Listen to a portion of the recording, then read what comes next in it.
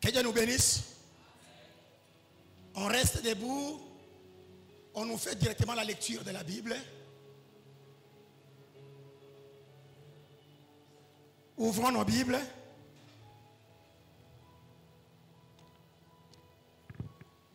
Nous sommes dans les livres de Genèse.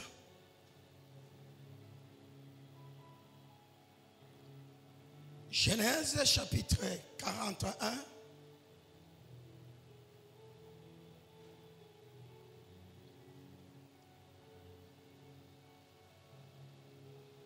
Genèse 41, le verset 38 à 46. Genèse 41, verset 36 à 39 à 46.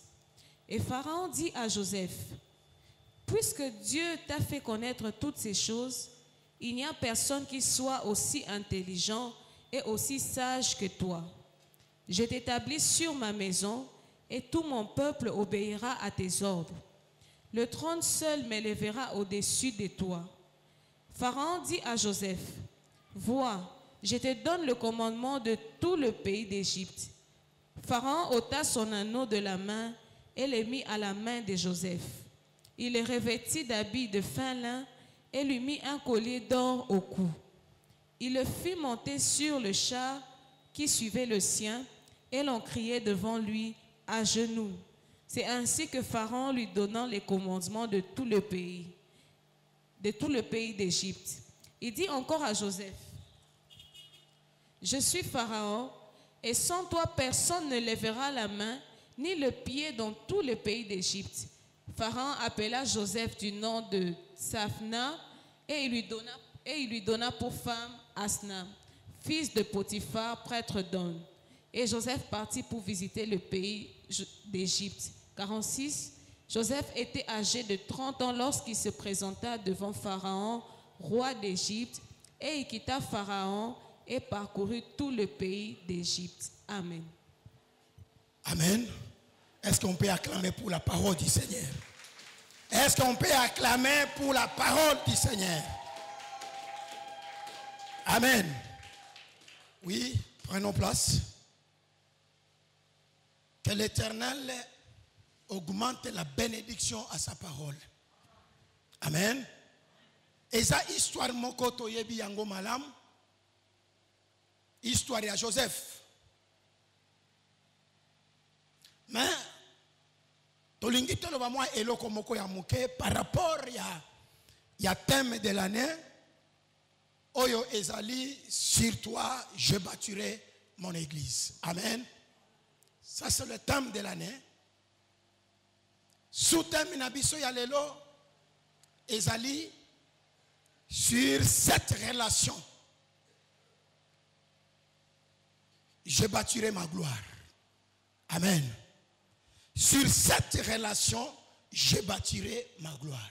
Le grand thème est intitulé sur cette pierre, je bâtirai mon église. Et le sous-thème sur cette relation, je bâtirai ma gloire. Amen. Histoire oyo ya Joseph babete libiso awa ezali un bon jour ezalaki na papa moko abotaki bana na ye mibale na bana mibale wana moko ayaki ko surpasser ndeko na ye Na volonté na yete, mais selon le plan de l'Éternel. Car nous devons savoir une chose. La relation de Jacob avec Dieu n'a pas commencé quand il est né.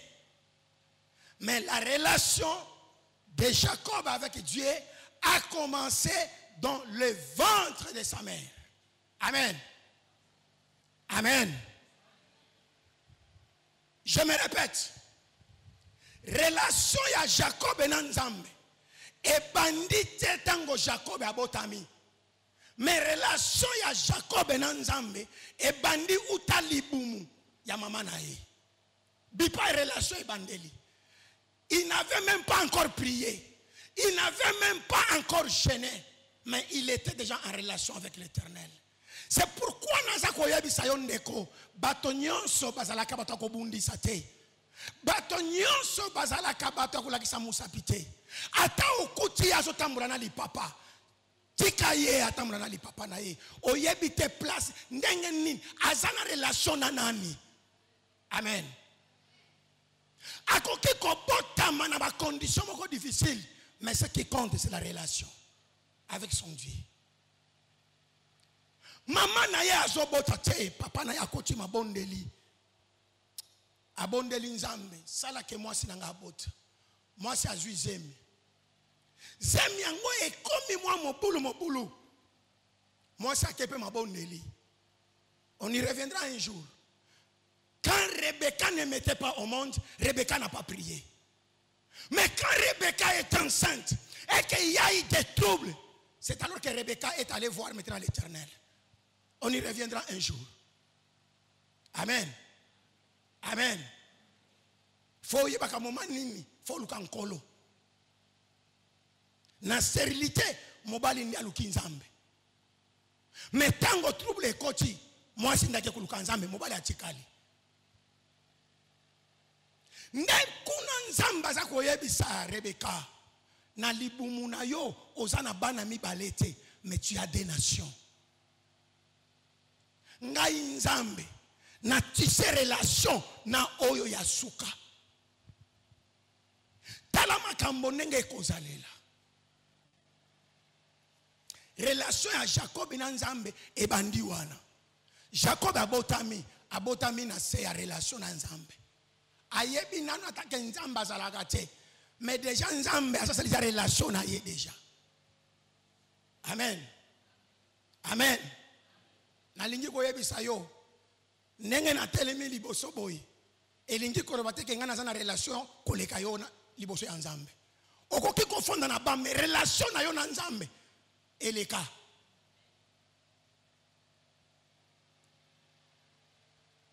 Jacob pe aye na turu na ye ake kobala. Bien-aimé, Jacob a travaillé 7 ans pour Rachel. 7 ans qu'il a travaillé pour son mariage. C'était la dot à la femme que Jacob aimait. Mais la nuit, les choses s'est compliquées. Laban a déjoué la carte. Au lieu de payer Rachel, ba pesa ye Léa. Amen. Ba compliqué carte. Léa koti na libala, Léa aboti Ribin. Ribin a komi mwana ya liboso.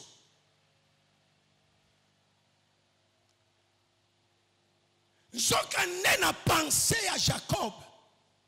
Soki abalaka Rachel. Ce n'est pas Ribin qui allait être le fils aîné. Mwana ya liboso ilingaki kozala Joseph.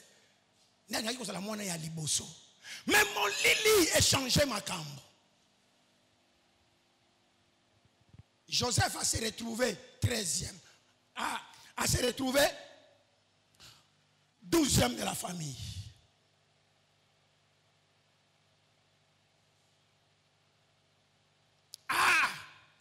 La situation se complique. Mutu oya ifalaza la mutu aliboso. Akeko se retrouver kuna. Pona nini po Laban akomplika makambo. Ribin ayeko bima mwana liboso. Mais puisqu'il y a une relation avec Dieu, relation nzambe eleki makambo nyonso. Est-ce que nazo bisa mutu moko ke relation nzambe eleki makambo nyonso? Là-bas a triqué des choses pour que Ribin azala mutu mwana liboso.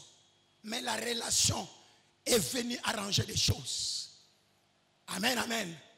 Na lobi relation ya nzambe na mutu eyeko bongisa makambo.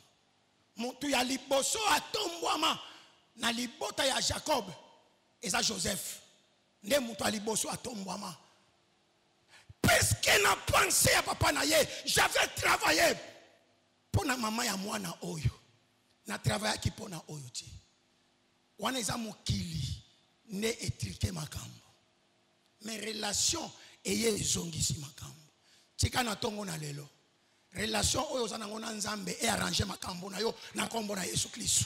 Na lobi tika na tongo na lelo. O relation na yo na nzambe ezongisa makambo na yo na nzela na kombo na Yesu. Eza na bato baza ko vivre tricage ya Laban. Laban sa trika makambo ebele. Laban ba famille to uti ba Laban baza ebele.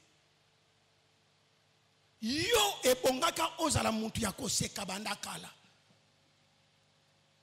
Mais puisque Laban aya alongola Rachel acha Léa. Mais relation eye ezongisi makambo na ndenge esengeli. Oyo nyonso Laban abebisaki na 2024. Tika relation na yo na nzambe na 2025 ebonga na kombo na Yesu Kristo. Na lobi tika na 2025 oyo relation ebongisa makambo na kombo na Yesu Kristo. Ici on parle de la relation avec Dieu.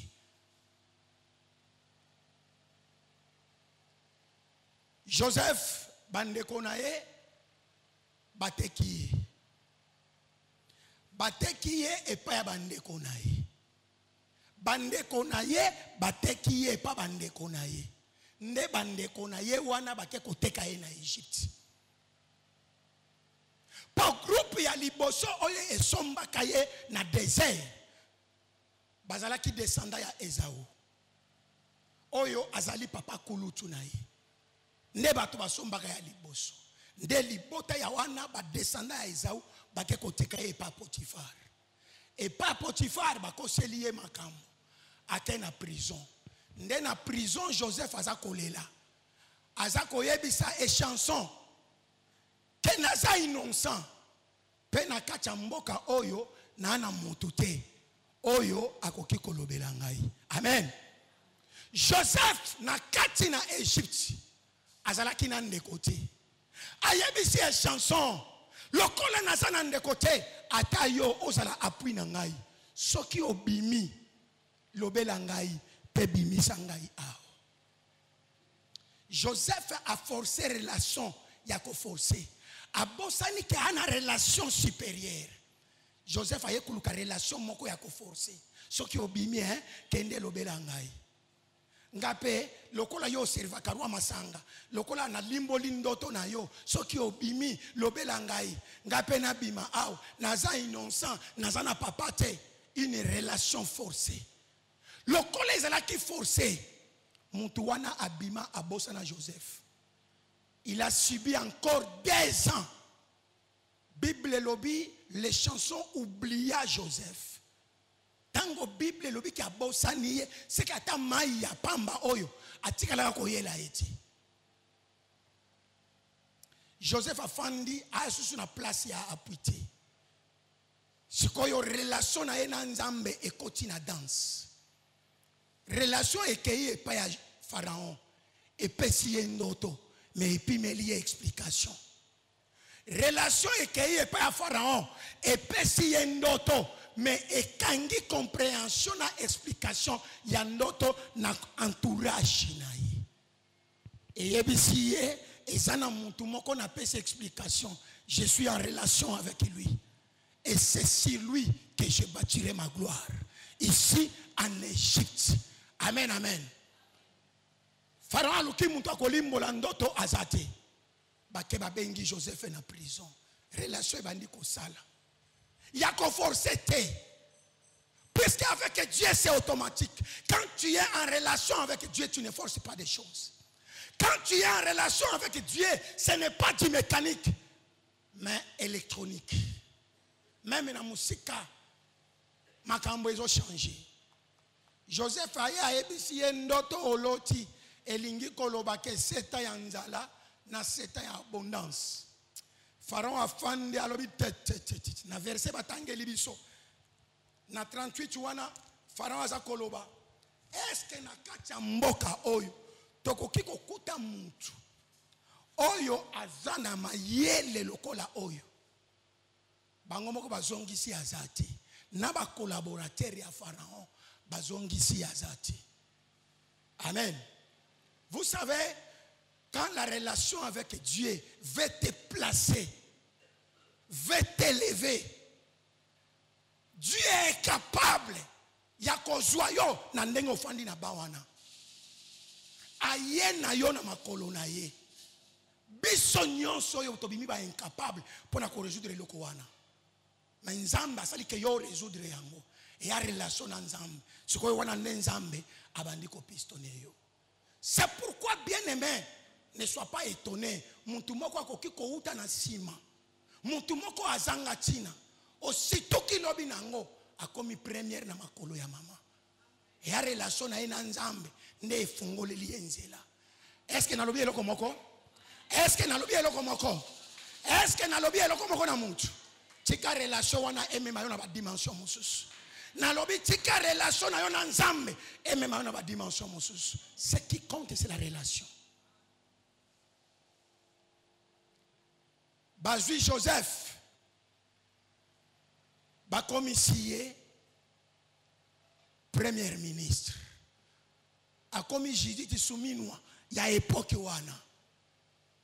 Dans un pays où Joseph n'avait ni parents, ni frères, ni sœurs, ni amis. Amitié alingaki a créé, amitié isimbate. Donc azalaki na ye na mboka wana, azalaki na mutute. Mende na mboka wana relation na ye na nzambe. Et salama kamba minene. Je vais m'expliquer quelque chose. Ici, je ne parle pas que Joseph avait Dieu. Que Joseph mais je parle que Joseph avait la relation avec Dieu.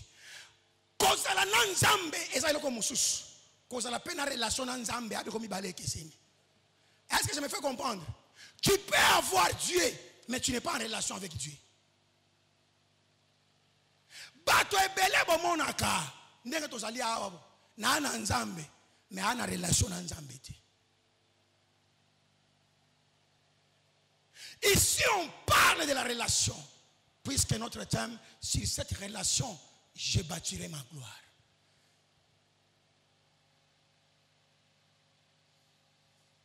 Yo osana nzambe to osana relation na nzambe. Et ça lokola muntu osana Saint-Esprit.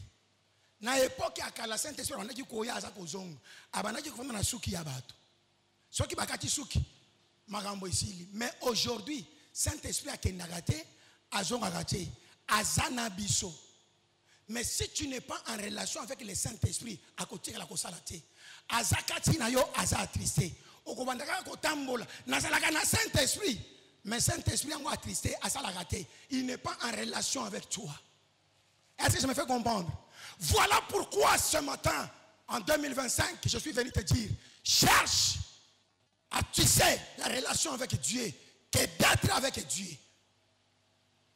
Quand tu as une relation ensemble, si tu as une relation ensemble, il bâtira sur toi. Il se manifestera sur toi. Joseph a été en Égypte. Mais à cause de la relation ensemble, bakenda kolukai na prison. Bakenda kolukai na prison. Relation est capable ya kotinda batu. Bokende na adresse telle. Bokende koluka mutu wana. Mais nous cherchons, vous cherchez mais la relation les oblige. Bake koluka Joseph. Baye naye. Loin de sa famille. Joseph a tombé matin en Égypte. Pour azalaki na papa na en Égypte. Te. Pour azalaki na bande konaye te. Mais puisque azalaki na relation ensemble. Même nanda kwa Potiphar, quand la femme de Potiphar est venue séduire Joseph, Joseph n'a pas dit que Nzambe o nazana ye non. Alors relation nazalaka nango na Nzambe. Moi na sala makambo wana. N'a battu la relation. N'a battu la relation. Tu es bien bâti. La femme à Potiphar. Tu es bien bâti. Tu es belle. Mais ma relation avec Dieu est plus que ta beauté. Ma relation avec Dieu est plus que ce que tu es. Je ne peux pas trahir ma relation. Puisque c'est sur cette relation que l'Éternel va bâtir sa gloire. Est-ce que je me fais comprendre? Est-ce que je me fais comprendre?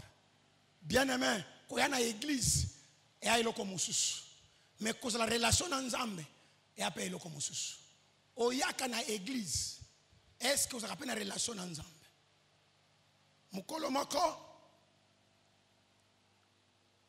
Joseph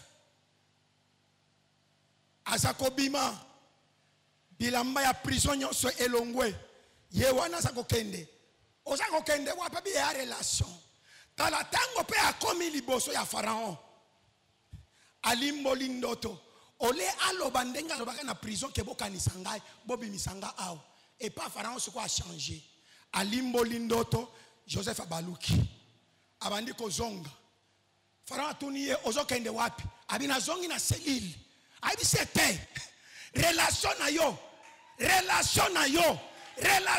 eyebisi ngai yo lisusu kuna te yo oza ko mériter collier d'or. Yo osa qu'on mérité au matin à cheval. Yo osa qu'on mérité puisque ta relation a bâti la gloire dans ce pays, loin de tes parents. 2025. Oyo yo koti. Tant mususu ala kola Joseph. Ba to lokola ba biso oyo boy, toi ba Joseph. Na 2025 toi na mutute. Oyo akoki ko pistonner biso. Toi na mutute. Ni papa qui a sa fonction mon boy, ni maman qui a sa ayebani ata et surtout biso ba orphelin oyo boy. Talaka orphelin ya âge oyo. Yo kutu bien. Siko na na mutute na 2025. Est-ce que nga mutu ya boy na sa pensa mutu oyo il faut na sakana na vie na kende ko bebi sa relation na nga na Nzambe. Na sa na mutute. Na tikali kaka na relation na Nzambe na 2025 oyo. Bien aimé, si tu veux réussir en 2025, tu sais relation na Nzambe. Sala que relation na Nzambe e bebate. Prêcher c'est bien, mais avoir la relation avec Dieu c'est mieux. Puisque tant d'occupé à teyaka. Mutu aliboma pe ateyaka. Nganga pe ateyaka. Mais nous qui avons une relation dans Nzambe. N'est la différence. Toko ki kote le manachere awa. Na mutu ya singa pe atelemi awa. Na mutu ya lititi na se alole mo atelemi awa. Mais différence, c'est la relation. Il a la Bible, mais il n'a pas la relation avec Dieu. Amen, amen. Et loko ele ki mutu ya luka relation dans Nzambe. Et loko esala que Joseph na Égypte atombwama. Ezali te po azala ki mwana ya Jacob, mais ezali po azala ki na relation na Nzambe. Nde loko ke esala ki yako kakosala nini? Ako kakotombwama. Oh bien-aimé, je ne serai pas long. Je chute pour te dire que ce matin, c'était sur cette relation que l'Éternel avait bâti sa gloire. Batoba mona nkembo ya Nzambe. Pharaon lobi tete makambo aboy na Égypte intelligence aboy. Na na mona ngote. C'était la relation. Jésus a dit à Pierre, ils étaient au nombre de 12. Jésus n'a pas dit sur vous, je bâtirai mon église. Mais Jésus a dit sur toi, Pierre. Ils étaient au nombre de 12. Mais quand il s'agit de faire de grandes choses, Jésus a précisé. Pourquoi la relation que Pierre avait avec Jésus? Relation oyo azalaki nango. Tokoki kozala biso nyonso awa, mais il y a un problème de relation. Il y a un problème de relation. Il y a un problème de relation. C'est pourquoi ça n'a pas été mon sous. À quoi qu'il y a une relation, il y a un ensemble malam. Ata bo finiye. Mukolo relation eko ganga. Mukolo relation na ye eko ganga ya lola. Nabino moko boko mituna. On avait fait tout pour l'éliminer. Mais et ça l'élimine la relation. Relation est gang. Tika relation na yo na 2025 oyo e ganga na kombo na Yesu. Na lobi tika relation na yo e ganga na kombo na Yesu. Sikoyo nzamba lobi je bâtirai ma gloire sur cette relation. Je bâtirai mon élévation sur cette relation. Joseph a été élevé en Égypte puisque l'Éternel a bâti son élévation. Si l'Éternel ne bâtit pas, c'est lui qui bâtit en vain. Amen. Tango Joseph alingaki a bâti relation. Zamba ebesi 6 mois l'Éternel, je ne bâtis pas. Tu bâtis en vain. Mais les jours que l'Éternel a bâti, Pharaon a lukaye, boyanaye, bobo sanate na Égypte. Ezalaki na ekila moko roi ya Égypte. Akoki kokutana na étranger te. Ezalaki ekila, ezalaki mobeko, ezalaki na constitution na bango. La Bible n'est pas allée dans la profondeur. Mukolo baza ko yebisa ye ke Pharaon tozana mutu moko azana prison. Abisi ngai Pharaon na loti ndoto. Bino bokende kozwa prisonnier ba yebisi ye Pharaon mikitisa. Toi na prisonnier. OK. Bobenga ye. Potiphar na pusani prison to sa ko benga wana azaka prisonnier te. Azape hébreu, azamupaya. Pharaon bi ko simba te. Jamais un étranger et puis prisonnier ali mola ndoto na ngai. Potiphar abisi bato bofanda. Bato bafandi. Wani zaki na première ndoto. Na deuxième ndoto. Pharaon bi awa. Boluka prisonnier, boluka étranger. Bayana ya limbola ndoto. Bien-aimé 2025. Nana posa nzambe abatir makambo minene nayo. Na lobi Zambe abatir makambo minene nayo. Bien-aimé ezali kambo ya groupe te. Poso ki ezalaka likambo ya groupe. Mbele na lik. Yesu alingaki koloba sur vous je bâtirai mon église. Mais sur toi Pierre.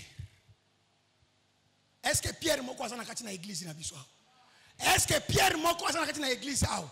Une personne qui croit que soki nzamba ko sala makambo minene ezandenga. Ndeo nzamba ko sala makambo minene. Soki ezana mutu nzambe akobatir changement ya situation ezandenga. Bien-aimé, quand on m'avait annoncé de venir parler de la part de l'Éternel, tango verset oye, je suis entré dans la maison à Visinkolo. Soki oko sala te dimanche, ma dis-moi, salata likolo nangai. J'ai confiance que j'ai une relation avec toi. Naza kondima ke yo posa na relation na nzambe. Naza ndima ke yo nangai, toi na relation na nzambe. Ezo senga pe église na biso, communauté na biso, ezana na relation na nzambe. Okomona ke ezana bato mosusu babonga te pona bango, mais babonga pona relation. Yesu ayebisi ba pharisien na ba maître de la loi abikisi mutu mukolo ya saba, une femme qui était courbée pendant 18 ans, qui ne pouvait pas se redresser. Yesu ayebisi tu es délivré de cette infirmité. Bayuda basiliki. Yesu ayebisi bango bozo silika. Boyebite ke azamoko ya bana ya Abraham. Amen. Amen. Mwana mwasi oyo abika kite puisque abandaki kofunda na église. Abika kite po akombola kana église. Abika kite po abandaki koteya. Po abandaki kende ko évangéliser. Mais abika ki relation ya koko na ye na nzambe. Amen, amen. Nana posa yo bongisa relation na yo na mukona lelo. De sorte que oya yo nyonso ata ingumbami. Lola eloba azamoko. Ezamoko. Azamoko pe ezamoko. Ya mama songolo, ya don de Dieu. Ya sœur songolo, ya frère songolo, ya papa songolo. Batol descendance na yo ebi kapé na relation na yo. Amen, amen. Amen, amen. À cause d'Abraham, cette femme a été redressée. Communauté na bisope, ce qui est côté na relation na Nzambe. Et ça na makambo mosusu ekoki kokomela yo. Nzambe alobi à cause ya don de Dieu. Je t'épargne. Amen. Obiki te po otambola kana bosembo. Obiki te po opesa kadim. Mais obiki puisque don de Dieu communauté est en relation avec l'Éternel. Est-ce que je me fais comprendre? Est-ce que je me fais comprendre? Bien aimé na tongo na lelo na akika koyebisa yo relation ifutaka. Mais relation ya mokilité. Et c'est la relation ya Nzambe. 2025 ozana mutu te ngape nazana mutu te. Et surtout cette prédication, c'est pour nous qui n'ont pas l'appui. Biso batoto zangi presa kotelemela. To compter kaka na relation. Relation ni to compter kaka na relation ya Nzambe. Eko sala ke ba Potifar ba luka biso. Eko sala ke na Egypte ba luka biso. Toke ni to limbola. Potomata. Relation e matisaka mutu. Relation e sekisaka mutu. Soki kutu bato ya mokili bazo seka pona relation e bongo relation ya Nzambe. Tika esalemela yo na kombo na Yesu. Na lobi tika esalemela yo na kombo na Yesu Kristo. Na lobi tika esalemela yo na kombo na Yesu. 2025 na lingi mutu moko Pierre kaka nde atelema. Na lingi mutu yo atelema na église te. Na lingi kaka Pierre nde atelema. Aibisa Yesu. Soki ezana mutu oyo oko salela. Ndenge olobaka na Pierre parmi les 12 que c'est sur toi. Lelo c'est sur moi. Lelo ezali kolonanga et ali kolonanga. Toko kiko botama ebele mais mutu moko kaka. Mutu moko kaka nde atombwa maka. Yango na yebisaka bato. Dans chaque famille il y a un leader. Leader wana soki bo découvrir lié, bo soutenir na mabondeli. Tango asako kende liboso bino pe buza ko avancer. Soki bo bundisi leader ya famille na bino, bo bundisi nde lipamboli na bino. Amen. Amen. Est-ce que je me fais comprendre? Est-ce que Pierre moko place azali akoki kotelema? Muntu moko akoki kotelema pona koyebisa ka nkolo 2025 yango yo sikoyo. Nazo tikela yo temps ya yo ko prier. Oyebisa ka nkolo Seigneur, nana posa ka relation ngana yo, relation kaka. Ba dimina sina che ebele e yo sala iloko moko che. Ba offrande na che ebele. Na yembi pe ebele. Na beti bamboko pe ebele. Mais lelo ya likamba relation. Na linginga pe na kota na relation na yo po bana na ngai o se souvenir na bango. Mumbongo na ngai o se souvenir na yango. Ngai pe o se souvenir o longolanga na chômage. Bien aimé, na lingi ko bisa mutu moko relation na Nzambe esala kama kamba minene. Bakangi Daniel bache na libula bankosi Daniel oyo te. Po oya biso na libula bango akokima. Ona na soba Daniel ya Bible. Bakangi bache na libulu ya bankosi. Avant bakangaye Daniel abondela. Aibisa nkolo. Seigneur, n'oublie pas la relation que j'ai avec toi. Alléluia. N'oublie pas. Zokande na sima tango ya ase akofukama. Basoda na sima bazoya. Yasa bisaka nkolo Seigneur, n'oublie pas la relation que j'ai avec toi. Bakangiye. Tangaka bakangiye alobi je te loue. Puisque c'est sur moi ici en Babylone que tu bâtiras ta grandeur. Nano ba mona grandeur na Babylone te, mais c'est sur moi que tu bâtiras la grandeur. Akati prière. Bakei na na prison. Balongoli na prison, bakei na libula bankosi. La Bible ne me dit nulle part que na libula bankosi abondela. Atikala ko bondela te. Abondela ava bakangaye. Tango kaka bakangiye alobi na tiki makambo oyo na se ya nini? Na se ya relation. Na tiki yango na se ya relation. Babwaki ye na libula bankosi akoma boye atuni roi à part awa bozali susu na place mususu te place wana ne yasuka bi bon ça va bokende bocha libanga bache libanga ki afandi amuna ka boye balio bakomi ba compagnon d'élite baza ko yebisa Daniel toliaka bato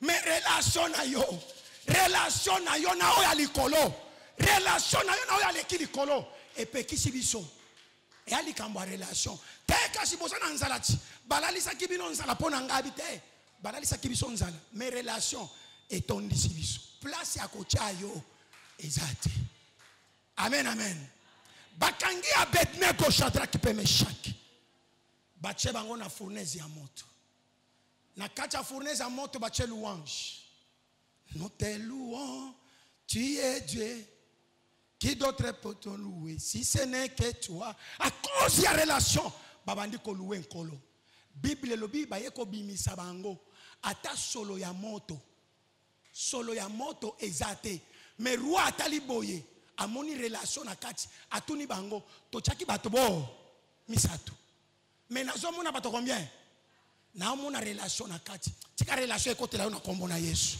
na lobi tika relation ekotela na kombo na Yesu na lobi tika relation ekotela na kombo na Yesu 2025 oyo si en 2024 tu étais sale mais 2025 marche avec la relation et une relation visible relation oyo isa komonana na lingi sikoyo nzambe wana ona sambela ki koyebisa ke abatiri likolo ya moto gloire na ye na 2025 que la gloire de la guérison se manifeste sur toi nzambe abatiri gloire ya délivrance gloire ya élévation gloire ya succès gloire ya épanouissement gloire ya grandeur 2025 otambola na gloire wana au nom de que l'Éternel nous bénisse.